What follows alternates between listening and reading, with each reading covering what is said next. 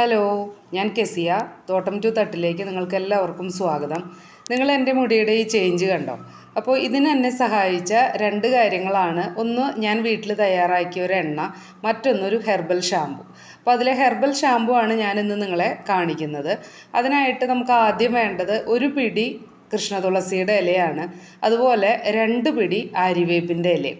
അപ്പോൾ ഇതിലേക്ക് ഒരു 3 ഗ്ലാസ് വെള്ളം ഒഴിച്ച് നന്നായിട്ട് തിളപ്പിച്ചിട്ട് 2.5 ഗ്ലാസ് ആക്കി വറ്റിച്ചെടുക്കുകയാണ് ചെയ്യുന്നത്. 3 ഗ്ലാസ് വെള്ളം എടുത്തിട്ട് അത് 2.5 ഗ്ലാസ് ആക്കിയിട്ട് വറ്റിച്ച് അത് അരിച്ച് ഒരു ബൗളിലേക്ക് മാറ്റി വയ്ക്കുക. അതുപോലെ തന്നെ പിന്നീട് വേണ്ടത് ഫ്ലാക്സ് സീഡാണ്. അപ്പോൾ ഈ ഫ്ലാക്സ് സീഡും ഇതുപോലെ തന്നെ ഒരു പാനിലേക്ക് ഇട്ട് 3 ഗ്ലാസ് വെള്ളം ഒഴിച്ച് നന്നായിട്ട് ഒരു 5 മിനിറ്റൊക്കെ തിളപ്പിക്കുമ്പോഴത്തേനും ഇളക്കി ഇങ്ങനെ തിളപ്പിച്ച് കഴിയുമ്പോഴത്തേനും അത് കുറുകും. അപ്പോൾ ഇത് വീണ്ടും ഇതുപോലെ തന്നെ അരിച്ച് മാറ്റി വയ്ക്കുകയാണ് ചെയ്യേണ്ടത്. അപ്പോൾ ഇത് അരിക്കുമ്പോൾ ഒരുവിധം ചൂടോടുകൂടെ തന്നെ അരിക്കുക. കാരണം ചൂട് നല്ലപോലെ ആറിക്കഴിയുമ്പോഴത്തേനും ഇത് നല്ലപോലെ കുറുകിയിട്ട് പിന്നെ നമുക്ക് അരിച്ചെടുക്കാനായിട്ട് പറ്റില്ല. അപ്പോൾ ചെറിയൊരു ചൂടോടുകൂടെ തന്നെ ഇതും അരിച്ച് മാറ്റി വയ്ക്കുക. എന്നിട്ട് ഈ ഫ്ലാക്സ് സീഡിൻ്റെ ജെല്ലും അതുപോലെ തന്നെ നമ്മൾ നേരത്തെ എടുത്ത ആര്യവേപ്പിൻ്റെ ഇലയുടെ ആ വെള്ളവും രണ്ടും കൂടെ ഇപ്പോൾ 1/2 ലിറ്റർ കാണും. രണ്ടും 2.5 ഗ്ലാസ് വീതം ഉണ്ട്. അപ്പോൾ ഇത് 1/2 ലിറ്റർ 5 ഗ്ലാസ് ആണ് ഉണ്ടാവുക.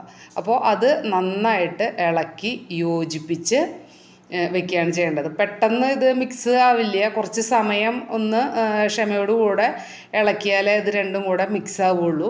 ഇനി അടുത്തത് നമുക്ക് വേണ്ടത് ഷാംപൂ ബേസാണ്. ഇത് ഞാൻ ഫ്ലിപ്കാർട്ടിൽ നിന്നാണ് വാങ്ങിച്ചത്. അപ്പം ഈ ഷാംപൂ ബേസ് 1/2 ലിറ്റർ ആണുള്ളത്. അപ്പോൾ നമുക്ക് മറ്റേ ലിക്വിഡ് 1/2 ലിറ്റർ ആണുള്ളത്. അതിൻ്റെ കൂടെ ഈ 1/2 ലിറ്റർ ഷാംപൂ ബേസും കൂടെ മിക്സ് ചെയ്ത് നന്നായിട്ട് ഇളക്കുക. അത് അടിച്ചിളക്കരുത്, സാവധാനം ഇളക്കുക. എന്നിട്ട് അതിലേക്ക് ഒരു 8 വൈറ്റമിൻ ഇയുടെ ടാബ്ലറ്റും കൂടെ നമ്മൾ പൊട്ടിച്ച് ഒഴിക്കുക. അത് 10 ആയാലും കുഴപ്പമില്ല, എൻ്റെ കയ്യിൽ ഇപ്പോൾ 8 ഉള്ളൂ.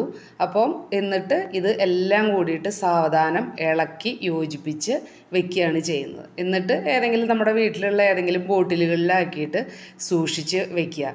പ്രധാന കാര്യം, ഇത് ഫ്രിഡ്ജിൽ വെക്കണ്ട, നമുക്ക് പുറത്ത് തന്നെ സൂക്ഷിച്ച് വെക്കാം. ഇത് ഒരു കേടും വരില്ല. കാരണം നമ്മൾ എല്ലാം തിളപ്പിച്ച് ആണ് ചെയ്തിട്ടുള്ളത്. അതുകൊണ്ട് തന്നെ ഇത് ഒരിക്കലും കേടാവില്ല എത്ര നാളിരുന്നാലും.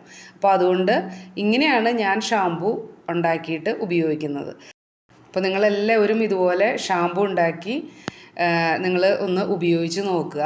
ഇനി ഞാൻ അടുത്ത വീഡിയോയിൽ ഞാൻ ഉപയോഗിക്കുന്ന എണ്ണ അതിനെക്കുറിച്ചിട്ട് ഞാൻ അടുത്ത വീഡിയോയിൽ ഞാൻ നിങ്ങൾക്ക് കാണിച്ചു തരാം.